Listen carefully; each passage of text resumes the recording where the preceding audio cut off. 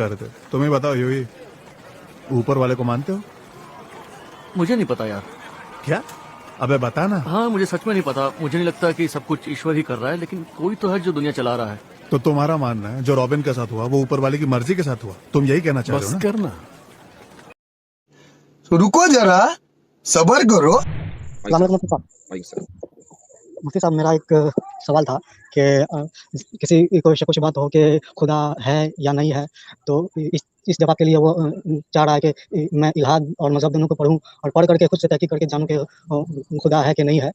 तो इसी तो इसमें तो बड़ा लंबा पीरियड चल जाएगा। इस शक शुबा को दूर करने के लिए लोगों से मैंने सुना है कि 5-5 साल, 10-10 साल, 20-20 साल लोगों को लग जाते हैं शक शुबा दूर करने के लिए। सर, इसी दौरान अगर किसी की मौत वाक़या हो जाती है तो फिर क्या होगा उसका सर?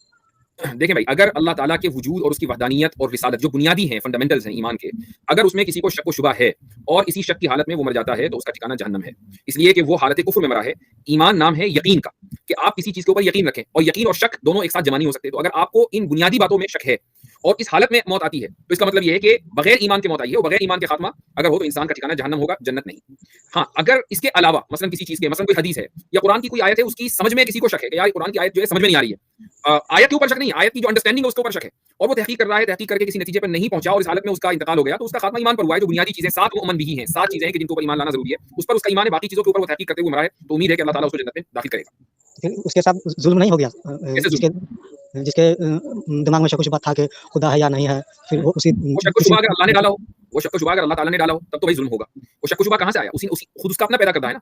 रही ये बात कि अल्लाह ताला के वजूद की दलील, तो वो तो आपके इर्द गिर्द हर तरफ है। आप खुद अल्लाह ताला के वजूद की दलील है। इस दुनिया का एक जर्रा खुदा के वजूद की दलील है। उसकी वजह है कि कोई जर्रा, कोई भी चीज खुद से नहीं बनी है, कोई ना कोई उसका बनाने वाला है। ठीक है, तो जब अल्लाह ताला ने अपने वजूद के इतने दलाइल दे दिए कि हर जर्रा उसके वजूद की दलील है, उसको छोड़ शुकूक में आदमी पड़ जाए तो ये शुकूक तो खुद उसके दिमाग की पैदावार है। इसमें अल्लाह का क्या कसूर? सर, मेरी 1 मिनट बात सुनने की ज़हमत करेंगे सर? मैं तो सुन 1 रहा हूँ मिनट आपको। जी। जब हम इस कायनात को देखते हैं और इंसान के जिस्म को देखते हैं, इतना ज़बरदस्त टाइप का बना हुआ है, और एक वक्त था जब इसका वजूद नहीं था, अभी ये वजूद रखती है, तो मंतक को तो अपील करती है कि इसका कोई क्रिएटर होगा, बट इसके खिलाफ भी फिलॉसफी है ना सर? क्या है वो इलाहाद फिलॉसफी? है, मुझे बता दीजिए वो इलाहाद फिलॉसफी क्या है? है, इसके इलाहाद खिलाफ है, क्या फिलॉसफी है? इलाहाद है ना, इलाहाद है, एग्नोस्टिक मुल्हिद इस्म तो है। खुद कहता है, मुल्हिद तो खुद कहता है कि इस कायनात का कभी ना कभी आगाज हुआ है। वो तो कहता है, लेकिन वो तो ये भी कहता है कि मैं खुदा को नहीं मानता हूँ, तो उसके क्योंकि तो वजूद उसके नहीं कहने रखती, की या वजह से उसका क्या कोई दलील नहीं है। एक मिनट, क्या अगर कोई ये कहे कि मैं खुदा को नहीं मानता हूँ, तो आपका यानी आप वाकई समझते हैं कि ये एकेडमिक लेवल पर इतना कोई मजबूत बात उसने कह दी और आप एकदम कंफ्यूजन का शिकार हो जाएं? क्या ये मुमकिन है? भाई अगर सर, सामने वाला कह रहा है मैं खुदा को नहीं मानता, तो वो उसकी अकल का कसूर है या फिर दलील दे, ऐसी ऐसी सॉलिड दलील दे खुदा के ना होने पर कि हम लाजवाब हो जाएं। आज तक ये दलील तो दी नहीं किसी मुल्हिद ने। मैं अपना मैं कुछ तो मुल्हिदों से यही कहता हूं कि भाई हमारे दलाइल तो तुमने सुन लिए, खुदा मौजूद है, 10 दलील हमने दे दी, तुम हमें एक दलील दो जो सॉलिड कॉन्क्रीट एविडेंस जिसको कहते हैं कि खुदा मौजूद नहीं है। वो एकदम ये कहेगा कि नहीं, दावा तो आपका है, हम क्यों दलील दें? चूंकि उसके पास है नहीं, इसलिए वो इधर-उधर के बहाने करता है। आप किसी भी मुल्हिद से खुदा के मौजूद न होने की दलील पूछ लीजिए। मैं ये सोच रहा हूँ कि जैसे जो गॉड को मानता है तो उसको वो लगता है कि उसको लगता है कि इस कायनात का कोई क्रिएटर है, तो जो मुल्हिद है सर, उसको क्यों नहीं लगता है कि इस कायनात का कोई क्रिएटर होना चाहिए या उसका सबूत नहीं है? मैं ये क्या चाहता हूँ आपको पता है कि पांचों उंगलियां बराबर होती हैं? सो तो नहीं है। नहीं है। इसी तरीके से हर इंसान की अकल भी एक जैसी नहीं होती। कुछ लोग लो आईक्यू लेवल के होते हैं, कुछ हाई आईक्यू लेवल के होते हैं, कुछ लोगों की अकल जो है अकल की जगह खन्नास होता है। तो ये जो मुल्हिद हैं, तो वो दरअसल अपनी अकल को सही तरीके से इस्तेमाल करने की कैपेसिटी और कैपेबिलिटी को खो चुके हैं, और यही वजह है कि उनकी फितरत जो है वो इस तरीके से खत्म हो चुकी है और डिस्टोर्ट हो चुकी है कि सही और कॉमन सेंसिकल बातें भी उनको समझ में नहीं आती। तो इसमें अल्लाह का कसूर है। लेकिन मुल्हिद से भी हम सुने हैं सर, वो कहते हैं कि जो गॉड को मानता है ना, उसके पास अक्ल नहीं है, वो सोचता ही नहीं है। जैसे आप नहीं, अच्छा तो यानी आप ये देखें, चलिए मैं सिंपल आपसे बात करता हूँ। जो गॉड को मानता है उसके पास अकल नहीं है, ये मुल्हिद का दावा है। इस बेअकली के बावजूद गॉड को, खुदा को मानने वाले ने दलीलों का अंबार लगा दिया खुदा के वजूद पर। ठीक है, अंबार लगा दिया, इतनी दलीलें हैं। जो खुदा को नहीं मानता वो उनके मुताबिक अकलमंद है। इस अकल के बावजूद एक भी दलील नहीं दी। तो भाई अकलमंद कौन हुआ फिर? जो दलील देने वाला है वो अकलमंद है, जो बगैर दलील की बात कर रहा है वो अकलमंद है? सो मैं तो ये कह रहा हूँ कि मंतक को अपील करती है, लेकिन वो मैं मंतिक अपना क्या है? मंतिक क्या है? मंतिक लॉजिक और अकल है ना। तो खुदा अगर मंतिक को अपील कर रहा है तो बात खत्म हो गई, बात खत्म। सर, मैं अपने बारे में कुछ बोल रहा हूँ। मुझे लगता है कि मेरे मंतक को अपील करता है कि इस कायनात का कोई क्रिएटर है, लेकिन सर दिल नहीं मानता। इसलिए कि रीज़न ये है कि मैं चाहता हूँ कि जो इसके खिलाफ जो फिलॉसफी है उसके बारे में जानूँ। उसके बगैर जाने है ना, मुझे गॉड को मानना सर से ब्लाइंड बिलीफ टाइप का लगता है कि तो आप बिना सामने वाले के, बिना सामने, आपको रोका किसने है? किसने रोका है आपको? लेकिन वही सर जहन्नम का खौफ जो है, हैं? जहन्नम का खौफ। जहन्नम का खौफ है उसी दौरान आपको? उसी दौरान अगर मर गए तो आपको कितने साल चाहिए इल्हाद को समझने के लिए? कितने साल चाहिए?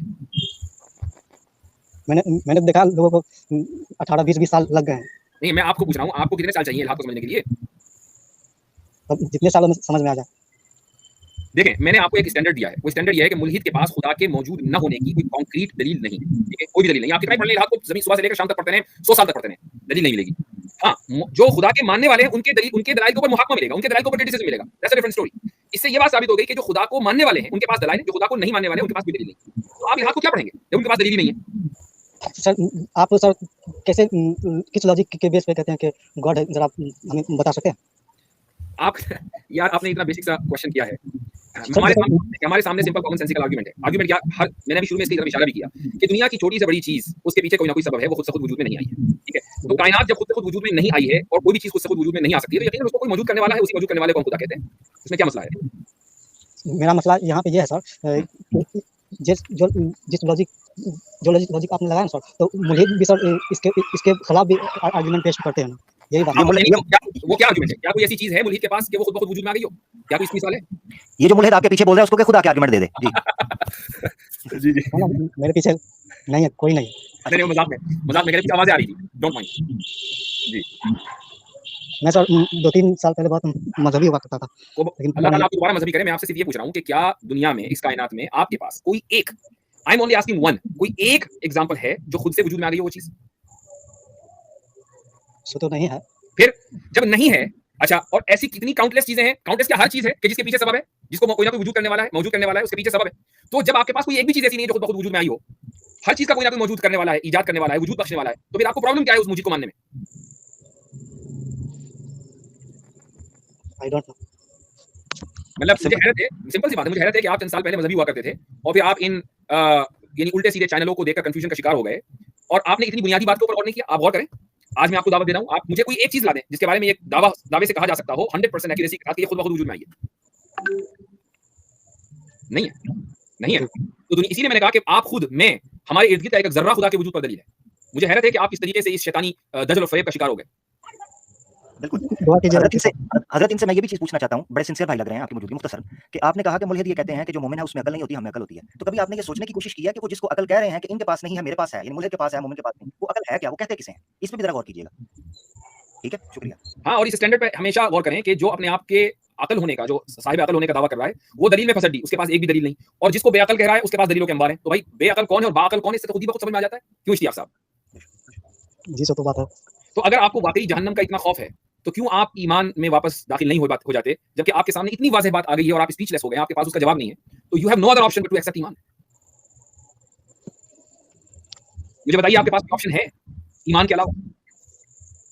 ऑप्शन तो नहीं है, लेकिन जब ऑप्शन नहीं है तो क्या इसमें भलाई नहीं है कि आप इस्लाम में वापस आ जाएं? आना चाहता हूँ मैं, जो ना क्या रुकावट है?